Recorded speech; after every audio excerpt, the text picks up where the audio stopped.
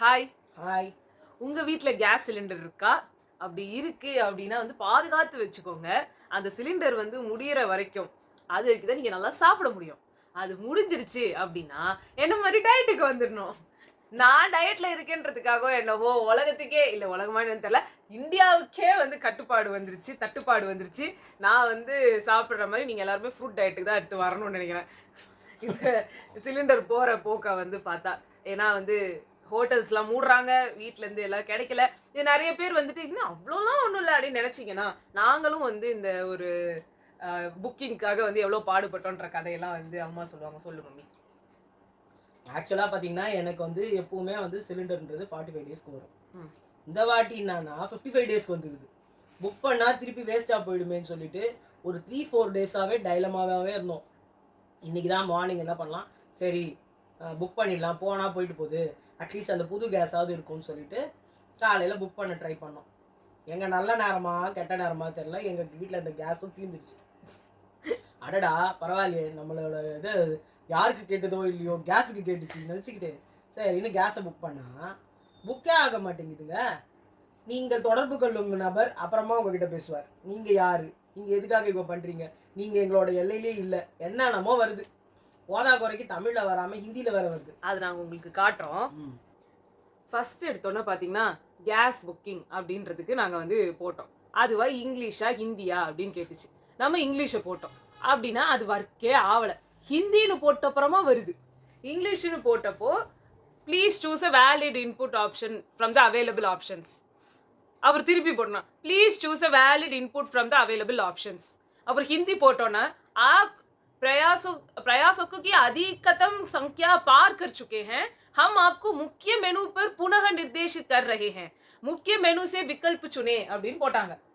இந்த இந்த அளவுக்கு ஹிந்தி, அதாவது வந்து சொத்த ஹிந்தில வந்து போட்டு அங்கங்க ராஜாக்கள் பேசிட்டு இருந்த ஹிந்தி முக்கிய சாதாரண பேச்சு புனக இல்ல சான்ஸ்கிரிட்லாம் நல்ல நல்ல வந்து எட்டி பார்த்துட்டு போகுது. அந்த லெவலுக்கு வந்து நீங்க இந்திய வந்து போட்டு எங்களுக்கு வந்து கொடுக்குறீங்க. நாங்க அந்த மாதிரி வந்து தமிழ்ல எடுத்துட்டு வந்துட்டு தேரா மண்ணா அப்படின்னு வந்து சொன்னா உங்களுக்கு ஓகேவா? அதான் புரியல. ஆக்சுவலா எனக்கு ஹிந்தியே தெரியாது. சரின்னு சொல்லிட்டு நான் ஃபர்ஸ்ட் இங்கிலீஷை சூஸ் பண்ண உடனே உங்களோட இதுவே சரியில்லைன்னு சொல்லி வந்துருச்சு. சரின்னு சொல்லிட்டு அதுக்கப்புறமா என்ன பண்றதுன்னு தெரியல. சரி ஹிந்தி தான் அடிச்சு பார்ப்போமே என்ன பண்ணலாம்னு பார்த்தா அது என்னவோ வந்தது. அதுல அர்த்தம் என்னன்னா, நீங்க உங்களோட நீங்க ட்ரை பண்ண அட்டெம்ப்ட் வந்து நீங்க வந்து exceeded the limit. நீங்க வந்து ஜாஸ்தியா பண்ணிட்டீங்கோ. அதனாலே இது ஹிந்தி இங்கிலீஷ்னு போட்டது. ஆமா ஆமா. அதனால வந்து மறுபடியும் நான் உங்களை மெயின் மெனுக்கு கூட்டு போறேன். அங்க இருந்து நீங்க ஒன்னு சூஸ் பண்ணுங்க. சரி நம்ம அதுல இருந்து வந்துட்டு எல்பிஜி ரீஃபில் அப்படின்ற ஆப்ஷன்ன்றது படிக்க தெரியுங்க. அதனால எல்பிஜி ரீஃபில்னு இருந்தது அதுல. அதை டச் பண்ணேன். அது टच பண்ணோன்னே ये सुविधा वर्तमान में केवल इंडियन कनेक्शन वाले पंजीकृत ग्राहकों के लिए उपलब्ध है. அந்த பஞ்சீகிருத்னா என்னன்னு தெரியல. என்னன்னா இந்த ஒரு ஃபெசிலிட்டி வந்து இப்போ இந்தியன் கனெக்ஷன் இருக்கிற ஏதோ ஒரு கஸ்டமர்ஸ் தான் இருக்கு. क्या आप इस मोबाइल नंबर को पंजीकृत करना चाहेंगे? நீங்க இத வந்து பண்ணணுமா? என்ன இதுன்னா இல்ல இருங்க இது நான் சொல்லிடுறேன். போன மாசம் வரைக்கும் நீங்க வந்து எல்பிஜி சிலிண்டர் புக் பண்ணிருக்கீங்க, உங்களுக்கு புக் ஆயிடுச்சு, இன்னைக்கு வரப்போகுது, இன்னைக்கு காசு நீங்க பே பண்றதுக்கு ரெடியா வச்சுக்கோங்கன்னு இதே வாட்ஸ்அப்ல தான் வந்திருக்குது. ஆனா எங்களை இவங்க கேக்குறாங்க, இந்த நம்பரை நீங்க ரெஜிஸ்டர் பண்ணிருக்கீங்களா, உங்க இது டூத் பேஸ்ட்ல உப்பு இருக்கா, உங்க டூத் பேஸ்ட்ல கரம் மசாலா இருக்கா, நீங்க பிரியாணி சாப்பிடுறவங்களா இல்ல வெஜிடபிள் பிரியாணி சாப்பிடுறவங்களா, இருக்கா இல்லையா, நீயே இருக்கியா இல்லையா, நீ வந்து மனுஷனா அது கேக்குறாங்க. அதுக்கப்புறமா வந்து கேக்குறாங்க, இது நானே போட்டேன் பாருங்க, इसमें केवल 2 कदम लगेंगे, ரெண்டே ஸ்டெப்ல பண்ணிடலாம்னு நானும் ஹா அப்படின்னு கொடுத்தேன். அவங்க ஒண்ணு बहुत खूब कृपया पढ़नार நம்பர் கொடுங்க, அதுக்கு கார்டு திருப்பி பார்த்தனா பட்னார் நம்பர். எனக்கு அந்த கிரெடிட் கார்டு ஸ்கேம் இல்ல டெபிட் கார்டு மேலே பட்னார் நம்பர் இருக்கு, அந்த பட்னார் நம்பர் சொல்லுங்கன்ற மாதிரி வந்து இவங்க என்ன சரி போட்டோம் நம்பர் கொடுத்தாங்க.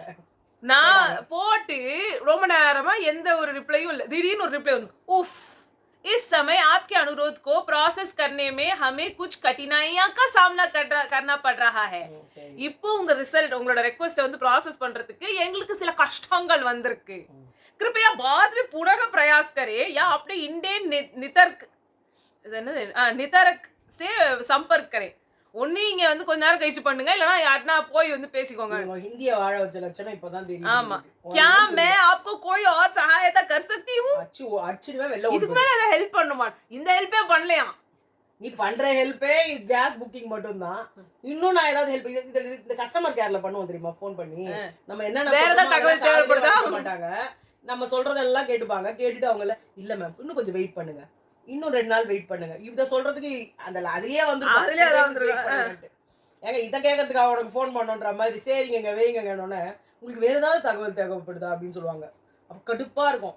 உனக்கு இருக்க வேண்டிய தகவலே கொடுக்க துப்பு இல்ல, நீ என்னத்துக்கு எனக்கு இன்னொரு தகவல் நான் என்னத்தை கேட்பேன்ட்டு நீ வந்து சொல்ற.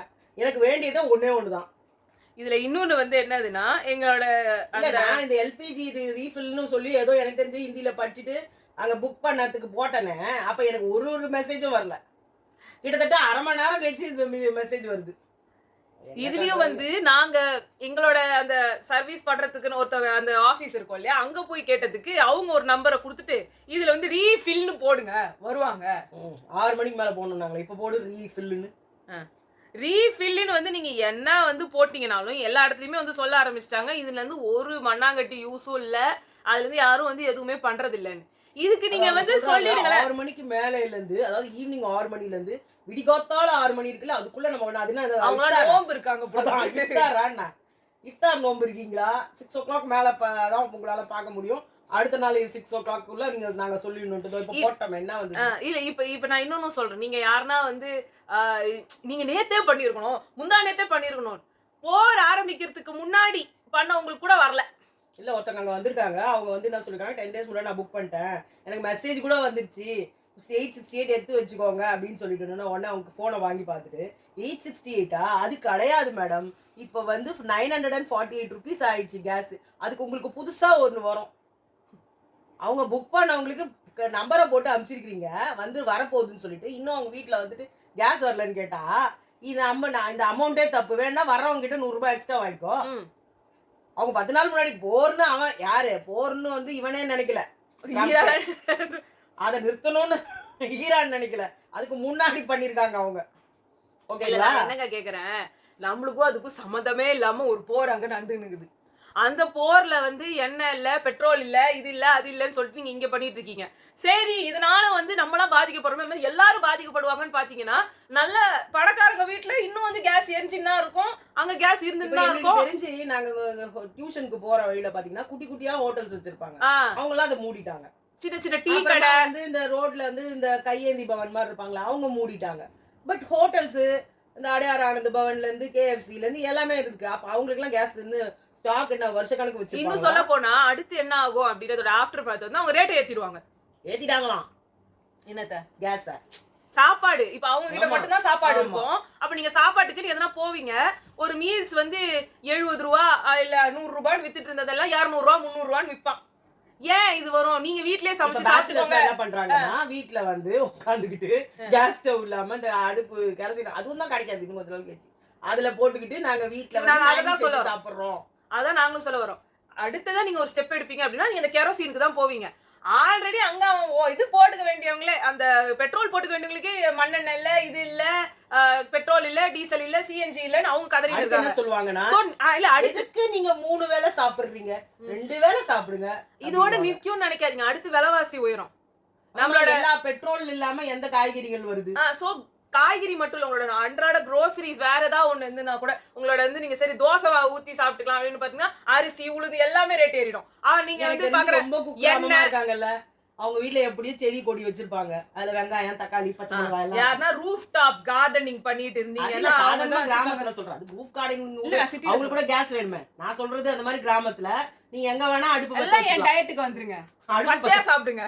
அந்த என்னது அன்னபூர்ணி தானே அந்த படம், அந்த படத்துல வந்து நோ ஃபயர் குக்கிங்னு வந்து அந்த என்ன அது இந்த என்னது இந்த அவளை வந்து தண்ணியில ஊற வச்சு அது வந்து அப்படியே வெந்துரும், ஸோ அப்புறமா அதை எடுத்து குடிங்க சொன்னா சாப்பிடுங்கன்ற மாதிரி அந்த மாதிரி நோ ஃபயர் குக்கிங் தான் வந்து அடுத்து எல்லாரும் பண்ணி சாப்பிடணும் அப்படின்னு ஒரு நிலைமை ஒன்னதான் உதைக்கிறோம். நீ டயட்டுக்கு போயிட்டு எல்லாரையும் அதுலயே இழுத்து விடுறாங்க. அது எப்படி பாத்தீங்களா, நான் வந்தோடனே எல்லாம் வந்து மாறி சாப்பிடாதது யாருமே சாப்பிடக்கூடாது. நோ ஒன் சொல்லிட்டு நான் சாப்பிடாது என்னது தனி ஒருவனுக்கு உணவில்லை எனில் ஜெகத்தினை அழுத்திடுவோம், யான் பெற்ற இன்பம் பெருகை வையகம். அவ்வளவுதான். சோ அது மட்டும் இல்ல, இங்க நாங்க ஒரு வீட்டுக்கு போய் நான் டியூஷன் எடுக்க போயிருந்தேன். அந்த வீட்டுல ஒருத்தவங்க வீட்டுல வேலை செய்ய வரவங்க அவங்க சொல்றாங்க, 2 டேஸ் முன்னாடி பஜ்ஜி போடுற கடைக்காரர் வந்து என்ன பண்ணாராம், அம்மா கேஸ் வந்து இருந்ததுன்னா கொடுங்க, நான் வேணா எக்ஸ்ட்ரா காசு கொடுக்குறேன் அப்படின்னு சொன்னாராம். இவங்களும் எடுத்து கொடுத்துட்டாங்களாம் கேஸை. அவங்க வீட்டில் இருக்கவங்களாம் இப்போ திட்டுறாங்களாம், உன்னை யார் கொடுக்க சொன்னதுன்னு சொல்லிட்டு. அவர் எவ்வளோ டெக்னிக்காக பாருங்க, எல்லாத்தையும் எப்படி கேஸ் கிடைக்க போறது இல்லை, கொடுக்கும்போது நம்ம வாங்கி வச்சுக்கணும்னு சொல்லிட்டு இவங்க கிட்ட இருந்து வாங்கிட்டு இருக்கிறாரு. நீங்க அடுத்து வந்து சரி இண்டக்ஷன் ஸ்டவ்க்கு போலாம், எலக்ட்ரிசிட்டி இருக்கே அப்படின்னு நீங்க நினைப்பீங்க. அடுத்து அதுக்கு ஒரு வேணா வரும், அது எலக்ட்ரிசிட்டியை கட் பண்ணுவாங்க. சரி இதெல்லாம் வேணாம்னா விறகு அடுப்புக்கு போறேன்னு போறீங்கன்னா அது மட்டும் நீங்க வச்சுக்கலாம். ஆனா விறகு இதுமே கிடைக்குமா, அதை எடுத்துட்டு வந்து போடுவாங்களா, அதுக்கு டிரான்ஸ்போர்ட்டேஷன் ஹோட்டல்ல என்ன சொல்றாங்களாம், நீங்க விறகு அடுப்புக்கு யூஸ் பண்ணுங்க அப்படின்னு சொன்னா அதுக்கு அவங்க சொல்றாங்களாம், அதுக்கு நாங்க புதுசா ஒரு ஹோட்டல் கட்டணுமேங்க, அந்த மாதிரி சிஸ்டம் வச்சிருக்கு. ஆரம்பத்துல அதுதான் அந்த டவுசர் கடை தாத்தா இருக்காருல்ல, அவர் இன்னைக்கும் விறகு அடுப்புல தான் சமைச்சு போடுறாரு. அதையே ஃபாலோ பண்றவங்களுக்கு மட்டும்தான் கடை ஓடும். அது மட்டும் இல்ல, அதே மாதிரி நீங்க வந்து சரி இதெல்லாம் வேண்டாம், அதான் எலக்ட்ரிசிட்டினா கெட்டில்லையே வந்து சமைச்சுக்கிறேன், கெட்டில்லையே நான் வந்து பாயில் பண்ணிக்கிறேன், இல்ல தராத கரண்ட்டை கட் பண்ணிருவாங்க. சரி இது எதுவுமே இல்ல, நான் ஃப்ரூட்ஸ் வச்சுக்கிறேன், என்ன மாதிரி டயட்ல வரணும், ஃப்ரூட் டயட் வரீங்க அப்படின்னா அதையும் விலை ஏத்திடுவாங்க. அதாவது இது ஒரு விதமான லாக்டவுன். அதாவது 5 வருஷம் ஆயிடுச்சு, 6 வருஷம் கிட்டத்தட்ட ஆயிடுச்சு, எதுவுமே இல்ல. எல்லா நாட்டிலயும் எப்படின்னா ஏதாவது ஒண்ணு இருந்ததுன்னா டக்குன்னு எக்ஸ்போர்ட் எல்லாம் நிறுத்திட்டு நம்மளுக்கு தான் எல்லாமே பண்ணுவாங்க. ஆனா நம்ம ஊர்ல மட்டும்தான் எக்ஸ்போர்ட் பண்றதெல்லாம் நிறுத்தவே மாட்டாங்க, எல்லாமே போயின்னு இருக்கும். நம்மளுக்கு பண்ணிட்டு இருக்காங்க பாருங்க, அதை மட்டும் சேர்த்து கட் பண்ணி நம்மள சுத்தமா ஓட்டாண்டியா ஒரு நடுவுல உட்கார வச்சிருவாங்க. இதுதான் நம்மளோட நிலைமை. இல்ல உலகத்துல மத்தவங்க நல்லா தான் வந்து சாப்பிட்டு. இது மட்டும் இல்ல, அடுத்துட்டு சரி ஊருக்கு போயிடலாம் அப்படின்னு கிளம்பி போனோம்னா உனக்கு டிரான்ஸ்போர்ட்டை கம்மி பண்ணுவாங்க. அப்படியே உங்களுக்கு பிரைவேட் பஸ்ஸஸ் எதனா ஓடுச்சுன்னா 4 மடங்கு 5 மடங்கு டிக்கெட்டுக்கு காசு போடுவாங்க. எங்கெங்கெல்லாம் இது போய் நிக்க போகுதுன்னு எனக்கு தெரியல. அதாவது ஓட போறோம் போர்க்கால அடிப்படையில் போருக்காக வந்துட்டு காசு கொடுங்க, டாக்ஸ் ஏத்துறோம், யாருக்கோ நடக்கிற போர்ல அதாவது பேய்க்கும் சண்டை, அத ஊரே வேடிக்கை பாக்குதுன்ற மாதிரி. ஊரே கவலை, ஊரே இல்ல இந்தியாவே ரோதனைப்படுது. இந்த ரோதனைப்படுறதுலயும் நம்ம மாதிரி ஆளுங்க தான் பண்ண போறாங்க. இப்போ பார்த்துக்கோங்கிட்டிங்கன்னா ஹை கிளாஸ் பீப்புள் இருப்பாங்க, அவங்களுக்குலாம் எதுவுமே குறையாது. அவங்க ஃபோன் பண்ணாங்கன்னா கேஸ் வீட்டுக்கு வரும், அவங்க ஃபோன் பண்ணாங்கன்னா எல்லாம் வாட்டர் வீட்டுக்கு வரும், அவங்க ஃபோன் பண்ணாங்கன்னா கரண்ட் அவங்க வீட்டில் 24 மணி நேரம் ஜென்ரேட்டர் போட்டு அவங்க ஓட்டுவாங்க, எல்லாமே பண்ணுவாங்க. அப்புறம் பார்த்தீங்கன்னா கீழே இருக்காங்க பார்த்தீங்களா, அவங்க என்ன பண்ணுவாங்க, ஏதோ அவங்க வீட்டு வாசலில் கூட ஏதோ விறகு ஏற்றி, அது சென்னையில் பண்ண முடியாது, கொஞ்சம் இன்டீரியராக இருக்கவங்க அதையாவது பண்ண முடியும். நம்மள மாதிரி இருக்கிறவங்க, அதுவும் அப்பார்ட்மெண்ட்ஸில் இருக்கிறவங்க விறகு வச்சு ஏற்றுனாங்கன்னா வீடு என்ன வருது இல்லை, சரி வாசல்ல வந்து ஏற்றலான்னு பார்த்தா வாசல்ல எங்கே, அவங்க வீட்டு வாசலா அது அசோசியேஷன் வந்து நிற்கும். வேணா என்ன பண்ணலாம், இந்த சமத்துவ பொங்கல்ன்ற மாதிரி மொத்த பேருக்கும் சேர்த்து ஒரே இடத்துல சமையல் பண்ணி வீட்டுக்கு வீடு கஞ்சி மாதிரி ஊற்றிடலாம். இந்த மாதிரி அம்மா உணவகம் செயல்படும் சொல்லியிருக்காங்க. ஆனா நீங்க அங்க போனீங்கன்னா தான் அந்த ரியாலிட்டி தெரியும். அங்க அவங்க சொன்னா ஒரு மாசத்துக்கு 2000 சில்லற சிலிண்டர் வந்து யூஸ் ஆகுது, பட் இப்போ இருப்புலயே 900 சில்லற இது இருக்கு அப்படின்னு சொல்றாங்க. ஆனா கிட்டக்க போனாதான் அங்க சொல்லிருக்கோம். நேத்து அப்படிதான் ஏதோ ஒரு அமைச்சர் சொல்றாரு, எங்களுக்குலாம் அதெல்லாம் கிடையாது, தமிழ்நாட்டுல அதுக்கு பிரச்சனையே இல்லையே, எல்பிஜி பிரச்சனையே இல்லையே அப்படின்னு அவர் சொன்னாரு. அப்ப நம்மள கேனே நம்ம நடந்தது இப்ப என்ன இருக்கு, இப்ப நாங்க புக் பண்ணோம் தெரியுது. இது மாதிரி எல்லாரும் பண்ணிட்டு இருக்காங்க. எல்லா இடத்துலயும் பாத்தீங்கன்னா கேஸ் சிலிண்டரோட உட்காந்து நடு ரோட்ல உட்காந்துட்டு இருக்காங்க. சின்ன சின்ன தொழில் பண்ணிட்டு கொஞ்சம் சமையல் பண்ணி ஏதோ பொழைச்சிட்டு இதெல்லாம் எப்ப வருது. அதை தவிர இந்த டீச்சர்ஸ் இந்த ஸ்டூடெண்ட்ஸ் எவ்வளவு பேர் வந்துட்டு ஊரை விட்டு ஊரை வந்து எங்க ஏரியால சுத்தி முத்தி அத்தனை ஐஏஎஸ் கோச்சிங் சென்டர்ஸும் அந்த இங்க வந்து டேரா போட்டாங்க. அப்படி இருக்கும்போது அதுல படிக்கிற பசங்க ஒரு லட்சக்கணக்கில் இருக்கிறாங்க. சோ அவங்க எல்லாருமே ஒரு வீட்டுல இருக்கும்போது அவங்க வந்து இன்எவிட்டபிளி அந்த ஹாஸ்டல்ல தான் நம்பி இருக்காங்க, சாப்பாட்டுக்கும் எல்லாத்துக்கும். ஏன்னா காசு கட்டி தனியா கூட வீடு எடுத்துட்டு கூட தங்கி இருக்காங்க சில பேர். அவங்க கூட காஃபில இருந்து ராத்திரி சாப்பிட்டு தூங்குற வரைக்கும் அவங்களுக்கு வேண்டியது ஹோட்டல்ல சாப்பாடு எங்க சீப்பா இருக்கோ அங்க போய் ஏதோ பணத்தை கட்டிக்கிட்டு ஏதோ பண்ணிட்டு இருக்காங்க. இப்ப எதுவுமே இல்லைன்னா என்ன பண்ண முடியும்? ஏன்னா அதேதான் நான் ஒரு குரூப்ல இருக்கேன், அந்த குரூப்ல போட்டு பார்த்தேன், சரி நமக்கு மட்டும் தான் இப்படி இருக்கும்ட்டு. அவங்க எல்லாம் கோயம்புத்தூர்ல இருக்கவங்க, அவங்களும் சொல்றாங்க நோ புக்கிங் அவைலபிள். ஆனா அதுலயே ஒரு சில பேர் என்ன சொல்றாங்க, நேத்து புக் பண்ணேன் இன்னைக்கு எனக்கு வந்துடுச்சு அப்படின்றாங்க. நீங்களாம் என்ன கேஸ் ஏஜென்சின்னு கேட்டா நாங்க இண்டேன்ன்றாங்க. அதே இண்டேன் தான் நாங்களும். அவங்களுக்கு எப்படி கிடைக்குது, அவங்களாம் என்ன சொல்றாங்க, எது உண்மை எது பொய் எதுவுமே தெரில. எங்களுக்கு புக்கே பண்ண மாட்டாங்க. அவங்களுக்கு ஒரு வாரம் 10 நாள் முன்னாடி புக் பண்ணவங்களுக்கே கிடையாதுன்றாங்க.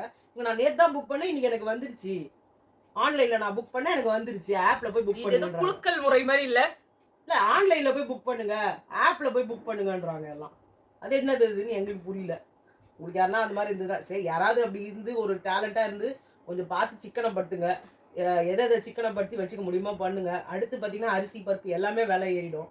யார் யார் என்னென்ன ஸ்டாக் பண்ண எனக்கு எப்போ முடியுமோ இந்த ஸ்டாக் டயட்டை பண்ணுவீங்க. முடிஞ்சு நான் சோறு சாப்பிடலாம் அப்படின்னு சொல்றாங்களோ அன்னைக்கு மொத்தமா எல்லாத்தையும் மூட்டு சோறே ஒரு வருஷத்துக்கு பார்க்க முடியாது. அந்த நிலைமைக்கு போயிடும் போல இருக்கு இன்னும் எல்லாம். சோறு பார்க்கணுமா? நீங்க அடுத்த ஜென்மத்துல தான் உங்க சோறை பார்க்க போறீங்க. நான் ஆரம்பிச்சது என்னது, எனக்கு எப்பயுமே இது ஒண்ணு இருக்குங்க. இது வந்து என்னோட எனக்கு துரதிர்ஷ்டமா இருக்கும், மத்தவங்களுக்குலாம் அதிர்ஷ்டமா இருக்குமோ என்னவோ எனக்கு தெரியல. நான் வந்து ஒரு இடத்துக்கு போறது வரைக்கும் அந்த இடம் வந்துட்டு ஈ காக்கா இல்லாம இருக்கும். நம்ம தான் சரி ஓகேன்னு போறோம் அப்படின்னா அங்க மொத்த கும்பலும் வந்து நம்மளுக்கு மட்டும் எதுவுமே கிடைக்காது, அவங்க எல்லாருக்கும் எல்லாமே நீங்க வந்து கிடைக்கும். அடுத்தவங்களுக்கு ராசி, ஆமா உனக்கு கிடையாது. ஆமா. நான் எங்க போனாலும் இது ஒரு ரோதனை இருக்கும். அதனால நான் ஆரம்பிச்சு விட்டேன் அப்படின்றப்போ எல்லாரும் வந்து சாப்பிடாம இருப்பீங்க. ஆனா நான் வந்து சோறு இவ்வளவு நாளா சாப்பிடாம அப்பதான் சாப்பிடலாம்னு வரும்போது அப்ப எனக்கும் இருக்காது. சரி பாப்போம் என்ன ஆக போதோ தெரியல. எல்லாரும் அனதர் லாக்டவுனை ஃபேஸ் பண்ண போறோமா? ஆனா இது வினோதமான லாக்டவுன். ஆமா, அதாவது அப்பயாவது கரண்ட் வீட்ல இருந்தது, ஓகேங்களா? வீட்ல கரண்ட் இருந்தது, எல்லாரும் ஓடிடில படம் பார்த்துட்டு இருந்தாங்க, விதவிதமா சமைச்சு சாப்பிட்டுட்டு இருந்தாங்க. எல்லாம் வெளியில யூடியூப்ல போக அப்லோட் கூடாது, உள்ள பண்ணாங்க. வெளியில போனவங்க எல்லாம் டக்குன்னு வீட்டுக்குள்ள வராம கொஞ்சம் ரெஸ்ட்ரிக்ஷனோட உள்ள வர்றது, அந்த ஒரு ப்ராப்ளம் தான் இருந்தது. இப்ப பார்த்தனா வீட்ல கரண்ட் இருக்காது. கரண்ட் இல்லனா வந்து யாரும் வந்து வெளியில வந்து வீட்டுக்குள்ள வந்து உட்கார்ந்துட்டு இருக்க முடியாது. எல்லாரும் இளைச்சிருவோம் போல. எல்லாரும் வந்து ரோட்ல வந்து தலகாணி பேசி போட்டு படுக்க வேண்டியதுதான் போல. இது என்னைக்கு முடிய போதா? எங்க வீட்டு எங்க ஏரியால கொசு வேற இருக்கும். அது கொசு நம்மள தூக்கிட்டு போய் எங்கன்னா அடுத்த கட்டத்துக்கே தூக்கிட்டு போய் போட்டுரும். அந்த மாதிரி ஒவ்வொரு கொசு இருக்குது. இது என்ன பண்ண போறோம் எனக்கு ஒண்ணுமே புரியல. அந்த வடிவேலு சொல்றாரு, எனக்கு என்ன பண்றதுன்னே புரியலங்க அப்படின்ற மாதிரி. இப்ப என்ன பண்ண போறோம்னே புரியலங்க, என்னமோ நடக்க போகுது. அது மட்டும் ஆனா இது மட்டும் தெரிஞ்சுக்கோங்க, உங்களால முடிஞ்ச அளவுக்கு ஸ்டாக் பண்ணி வைங்க. எனக்கு தெரிஞ்சு நம்ம ஃப்ளட்ல இருந்தோம் தெரியுமா? அப்ப கூட வெளியில தண்ணி தான், கரண்ட் இல்ல. இப்ப கரண்ட் இல்லனா மோட்டர் ஒர்க் ஆகாது. மோட்டர் ஒர்க் ஆகலன்னா தண்ணி வராது. தண்ணி வரலன்னா நீங்க எங்க போய் சமையல் பண்ணுவீங்க? சமையலும் பண்ண முடியாது. இப்போ நீங்க தான் சொல்ல வெளி சுத்தம் குளிக்கிறதும் போயிடும். அணுமின் நிலையத்துல இருந்து தான் வரணும், இதெல்லாம் கட் பண்ண மாட்டாங்க நீங்க நினைக்கலாம். நம்ம வந்து நம்மளோட இதுக்கு வந்து அப்பாற்பட்டு தான் அவங்க யோசிப்பாங்க. தண்ணிய வந்து தண்ணி வந்து கஷ்டப்பட முடியுமா அதை பண்ணுவாங்க. ஆமா, ஏன்னா தண்ணி வந்து ஆவியா பறக்குதா, தெர்மாக்கால் போட்டு மூடுங்க. அங்க இதுல வந்து கொசுவா இருக்கா? அது மாதிரி எல்லாரும் கிணறு ஒண்ணு வெட்டி அந்த கிணத்துல போய் கயிறை கட்டி கயத்துல இருந்து இழுத்து அதுல குளிச்சு அதுல சமையல் பண்ணி வீட்டெல்லாம் பெருக்கி தொடச்சி பழங்காலத்து மாதிரி சாமி மொழிகி எல்லாம் பண்ண வேண்டியதான் போல. அது மாதிரி வீடு இல்லையே. வீடுங்கெல்லாம் எல்லாத்தையும் சிமெண்ட்டை பூசி வச்சிருக்கோம், மண்ணு தரையால. என்னங்க பண்றது? வீட்டுக்கு முன்னாடி அவங்கவுங்க அப்பெல்லாம் அடுப்பு வச்சு செஞ்சு வச்சிருப்பாங்க, அதுல யூஸ் பண்ணலாம். இப்ப சரி அதெல்லாம் என் பண்ணா வீட்டுல பக்கத்துல இருக்கிறவங்க எல்லாம் வந்து அடிக்க வருவானுங்க. ஸோ அதனால வந்து ரொம்ப ஒரு இக்கட்டான ஒரு சூழ்நிலையை நம்ம வந்து சந்திக்க போறோம். அப்படிப்பட்ட ஒரு சூழ்நிலையில வந்து எனக்கு ரொம்ப எனக்கு ரொம்ப கஷ்டமா இருக்கிறதுல இந்த கல்யாண வீடு, ஆமா அது ரொம்ப அந்த இதெல்லாம் இருக்காங்க பாருங்க, காசையும் கொடுத்துட்டு அவங்க டிரான்ஸ்போர்ட் இல்லைன்னா யாரும் கல்யாணத்துக்கு வரமாட்டாங்க. அப்ப சோறுக்கு ஒரு பெரிய கஷ்டம் இல்லைன்னு வச்சுக்கோங்க, சமைக்கிறது கம்மியாயிடும். பட் வந்தவங்களுக்கு சாப்பாடு போடணும், காசு தான் பே பண்ணிடுவோமே முன்னாடியே. காசு பே பண்ணிடுவோம், ஆளுங்க வரமாட்டாங்கல்ல கல்யாணத்துக்கு. பிளேட் கணக்கு தானே, டிரான்ஸ்போர்ட் இல்லைன்னா ஊர்ல இருந்துலாம் யாருங்க வருவாங்க? இப்போ பிளேட் கணக்கு நம்ம முன்னாடியே தானே நம்ம பேசி பே பண்ணிடுவோம். பிளேட் கணக்கு இல்ல, கல்யாணம் நீ சொல்றது கேட்டரிங், நான் சொல்றது சாதாரணமா கல்யாணம் பண்றவங்க. அவங்க வந்து இவ்வளவு ஆளுங்க சாப்பாடுன்னு சொல்லிட்டு ஆளுங்களை வச்சு சமையல் பண்ணுவாங்க இல்லையா? அவங்க வந்து ஆளுங்க கம்மியாயிடும், அது ஓகே இது பண்ணுவாங்க. பட் இருக்கிறவங்க வர்றாங்கல்ல, வரவங்களுக்கு சமைச்சு போடணும். யார் எவ்வளவு பேர் வரப்போறாங்கன்னு தெரியாது. அதான் இது ஆக்சுவலி ஒரு லாக்டவுன் தான் இது. இது வந்து அந்த ஃப்ளட் அப்போ நம்ம வீட்ல இருக்கும்போது நம்மளால வந்து, ஆனா வீட்ல கேஸ் இருந்துச்சு, ஆனா அவ்வளவு இருந்ததுதான், நீங்க வெளில போய் வாங்க முடியாது. இப்ப எல்லாரும் கிடையாது, இன்னும் சிக்னல் கிடையாது, நெட் கிடையாது. 2015ல வந்து அந்த ஃப்ளட்டுக்கு நீங்க இருந்த அந்த இதை வந்து இன்னும் எவ்வளவு நாளைக்கு இருக்கணும்ன்றது வந்து தெரியாம அவ்வளவு நாளைக்கு நீல போகுது. அதாவது 10 ஒரு 20 நாள்ல வடிஞ்சிரும், ஒரு மாசத்துல வடிஞ்சிரும்னு ஒரு கணக்கு இருக்கு. இது எப்ப இவங்க முடிக்க போறாங்கன்னே நமக்கு தெரியலையே. இல்ல நம்மளாம் ஏதாவது காசு ரெடி பண்ணி ஃபிளைட் ஏறி நம்மளே அமெரிக்காவுக்கு போயிடலாமா? அங்க போய் நம்மளால சர்வை பண்ண முடியாது, அங்கிருந்து எல்லாம் தோத்தடிப்பாங்க, நம்ம மேலதான் குண்டு போடுவாங்க. ஸோ இதுதான் நிலவரமா இருக்கு. உங்களை வீட்டுக்கிட்ட எல்லாம் எப்படி நிலவரம் இருக்குன்றதெல்லாம் நீங்க கமெண்ட் செக்ஷன்ல சொல்லுங்க. உங்களை நான் வந்து அடுத்த வீடியோல சந்திக்கிறோம். பாய்.